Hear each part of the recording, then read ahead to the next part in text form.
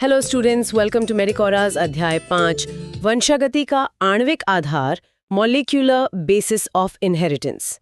तो पिछले अध्याय में हमने वंशागति के प्रतिरूप देखे थे और उनका आनुवंशिक आधार समझा था। हाँ बिल्कुल। और मेंडल के समय मतलब ये जो कारक थे वो असल में क्या थे ये स्पष्ट नहीं था। सही। फिर अगले लगभग 100 सालों में ये खोज हुई कि आनुवंशिक पदार्थ क्या है, और अब तो ये स्थापित है कि डीऑक्सीराइबोन्यूक्लिक एसिड यानी डीएनए ही ज्यादातर जीवों में आनुवंशिक पदार्थ है। हाँ, और हमने कक्षा 11वीं में पढ़ा भी था कि न्यूक्लिक एसिड न्यूक्लियोटाइड के बहुलक होते हैं। जी, जीवित प्रणालियों में दो तरह के न्यूक्लिक एसिड मिलते हैं, डीएनए और आरएनए मतलब राइबोन्यूक्लिक एसिड। और डीएनए ही ज्यादातर जीवों में जेनेटिक मटेरियल आनुवंशिक पदार्थ का काम करता है। बिल्कुल, जबकि आरएनए भी वो कुछ वायरस में जेनेटिक मटेरियल होता है, पर मुख्य रूप से संदेशवाहक मैसेंजर का काम करता है। अच्छा।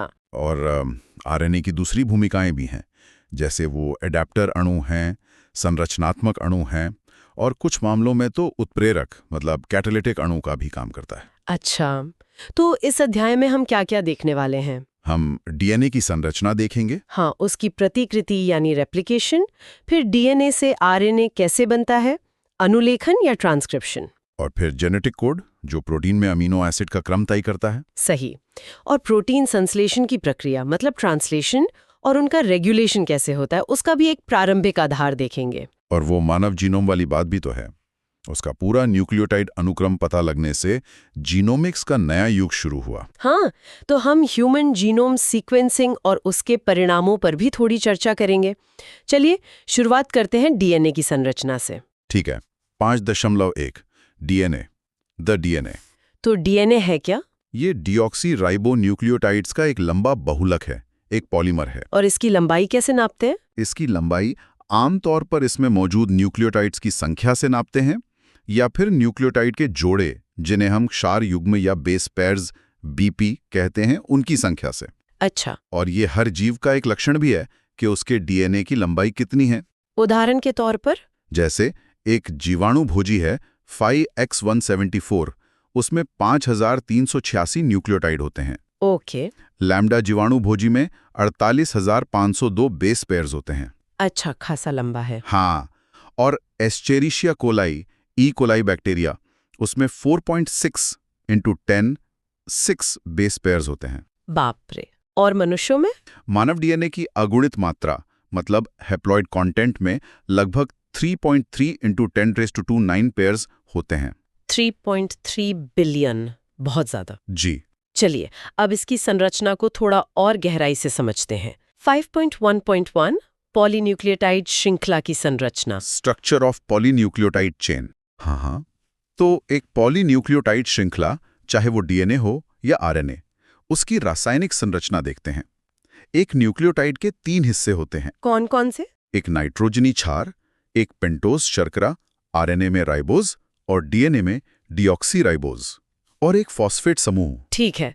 नाइट्रोजनी क्षार कितने तरह के होते हैं? 2 मुख्य प्रकार हैं, प्यूरिन जिसमें एडेनिन ए और ग्वानिन जी आते हैं, और पिरिमिडीन जिसमें साइटोसिन सी, यूरेसिल यू और थाइमीन टी आते हैं। अच्छा, इनमें से कौन से डीएनए में और कौन से आरएनए में होते हैं? साइटोसिन तो दोनों में कॉमन है, डीएनए और आरएनए दोनों में मिलता है। ठीक है। थाइमीन सिर्फ डीएनए में होता है, और यूरेसिल वो आरएनए में थाइमीन की जगह पर होता है। ओके, तो ये घटक जुड़ते कैसे हैं? न्यूक्लियोसाइड कैसे बनता है? जब एक नाइट्रोजनी क्षार पेंटोज शर्करा के पहले कार्बन 1C से उसके OH समूह के साथ एक N ग्लाइकोसिडिक लिंकेज बनाता है, तो न्यूक्लियोसाइड बनता है। जैसे एडिनोसिन या डीऑक्सी एडिनोसिन, ग्वानोसिन या डीऑक्सी ग्वानोसिन वगैरह।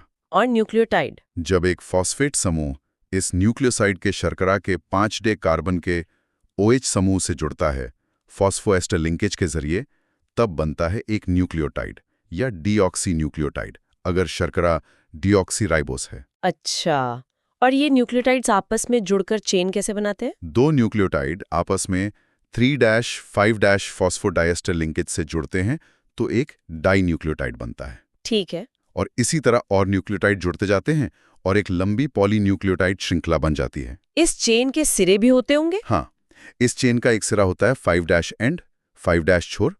वहां शर्करा के 5' कार्बन पर एक फॉस्फेट समूह मुक्त होता है। और दूसरा सिरा? दूसरा सिरा 3' एंड कहलाता है। वहां शर्करा के 3' कार्बन पर एक मुक्त हाइड्रोक्सिल यानी OH समूह होता है। समझ गई। और इसका आधार क्या बनाता है? श्रृंखला की रीढ़ की हड्डी या बैकबोन कह लीजिए, वो शर्करा और फॉस्फेट से बनती है। और नाइट्रोजनी क्षार कहाँ होते हैं? नाइट्रोजनी क्षार शर्करा से जुड़े होते हैं और इस बैकबोन से बाहर की तरफ निकले रहते हैं। अच्छा, आरएनए में क्या अलग है डीएनए से? 2 मुख्य अंतर हैं। अच्छा। पहला, आरएनए में हर न्यूक्लियोटाइड की राइबोस शर्करा के 2' स्थान पर एक अतिरिक्त OH समूह होता है। ठीक है। और दूसरा, आरएनए में थाइमीन की जगह यूरेसिल होता है। थाइमीन को वैसे 5-मिथाइल यूरेसिल भी कहते हैं। अच्छा, तो डीएनए की खोज का श्रेय किसे जाता है? सबसे पहले फ्रेडरिक मीशर ने 1869 में नाभिक के अंदर इसे एक अम्लीय पदार्थ के रूप में पहचाना और न्यूक्लियर नाम दिया। लेकिन इसकी संरचना समझने में इतना समय क्यों लगा? असल में तकनीकी सीमाएं थीं। ये इतना लंबा बहुलक है कि इसे बिना तोड़े अक्षुण्ण रूप से अलग करना बहुत मुश्किल था। इसलिए इसकी संरचना को स्पष्ट करने में काफी वक्त लग गया। फिर आया वो प्रसिद्ध डबल हेलिक्स मॉडल। हाँ, 1953 में जेम्स वॉटसन और फ्रांसिस crick ने उन्होंने मॉरिस विल्किंस और रोजलिंड फ्रैंकलिन द्वारा तैयार किए गए एक्सरे विवर्तन डेटा का इस्तेमाल किया। और उन्होंने एक बहुत ही सरल लेकिन बहुत ही मशहूर मॉडल दिया, डबल हेलिक्स मॉडल। बिल्कुल। और उनके मॉडल की एक खास पहचान थी 2 पॉलीन्यूक्लियोटाइड श्रृंखलाओं के बीच बेस पेयरिंग यानी क्षार युग्मन। ये किसी और के काम पर भी आधारित था, है ना? जी हाँ, इरविन चारगाफ के अवलोकन पर। चारगाफ ने पाया था कि जो डबल स्टैंडर्ड डीएनए होता है उसमें एडेनिन ए की मात्रा हमेशा थाइमिन टी के बराबर होती है और ग्वानिन जी की मात्रा साइटोसिन सी के बराबर, मतलब A=T और G=C। इनका अनुपात हमेशा 1 होता है। अच्छा, ये क्षार युग्मन या बेस पेयरिंग का महत्व क्या है? ये दोनों पॉलीन्यूक्लियोटाइड श्रृंखलाओं को एक बहुत ही अनोखा गुण देता है। वे एक दूसरे की पूरक होती हैं। मतलब अगर हमें एक स्ट्रैंड में क्षारों का क्रम पता है तो हम दूसरे स्ट्रैंड के क्षारों का क्रम बता सकते हैं, क्योंकि A हमेशा T से जुड़ेगा और G हमेशा C से। ओह हाँ। और इसका आनुवंशिक महत्व क्या है? इसका मतलब ये है कि अगर डीएनए का हर स्ट्रैंड, मतलब पैतृक डीएनए का हर स्ट्रैंड एक नए स्ट्रैंड के बनने के लिए टेम्पलेट की तरह काम करे, तो जो 2 नए डीएनए अणु बनेंगे, जिन्हें पुत्री डीएनए कह सकते हैं, वे बिल्कुल मूल पैतृक डीएनए जैसे ही होंगे। वाह, ये तो प्रतिकृति, रेप्लिकेशन का आधार हो गया। बिल्कुल। चलिए, अब इस डबल हेलिक्स संरचना की मुख्य विशेषताएं क्या हैं, उन्हें क्रम से देखते हैं। ठीक है। पहली बात तो ये कि ये 2 पॉलीन्यूक्लियोटाइड श्रृंखलाओं से बना है, जिनका आधार शर्करा फॉस्फेट का है और क्षार अंदर की तरफ निकले हुए हैं। सही। दूसरा, दोनों श्रृंखलाओं की ध्रुवीयता यानी पोलैरिटी विपरीत होती है, मतलब एंटी पैरेलल। अगर एक श्रृंखला 5 से 3 दिशा में है तो दूसरी 3 से 5 दिशा में होगी। ओके। तीसरा बिंदु। तीसरा, दोनों स्ट्रैंड के क्षार आपस में हाइड्रोजन बॉन्ड्स H बॉन्ड्स से जुड़े होते हैं और बेस पेयर्स बनाते हैं। A और T के बीच कितने बॉन्ड? एडेनिन और थाइमिन के बीच 2 हाइड्रोजन बॉन्ड्स बनते हैं। और G और C के बीच? ग्वानिन और साइटोसिन के बीच 3 हाइड्रोजन बॉन्ड्स बनते हैं। अच्छा, और हमेशा एक प्यूरिन के सामने एक पाइरिमिडीन आता है? हाँ, हमेशा। इससे हेलिक्स के दोनों स्ट्रैंड के बीच की दूरी लगभग एक समान बनी रहती है।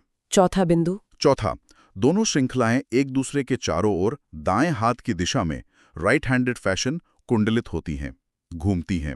और इस घुमाव की लंबाई? हेलिक्स का एक पूरा मोड़, जिसे पिच कहते हैं, वो 3.4 नैनोमीटर nm लंबा होता है और हर मोड़ में लगभग 10 बेस पेयर होते हैं। तो 2 बेस पेयर के बीच की दूरी कितनी हुई? लगभग 0.34 नैनोमीटर। समझ गई। और पांचवा बिंदु? पांचवा, हेलिक्स में एक बेस पेयर का तल, मतलब प्लेन, दूसरे बेस पेयर के तल के ऊपर एक रखा होता है, स्टैक्ड होता है। स्टैक्ड होता है। इससे क्या होता है? ये स्टैकिंग हाइड्रोजन बॉन्ड के अलावा हेलिकल संरचना को अतिरिक्त स्थिरता, स्टेबिलिटी देती है। बहुत बढ़िया।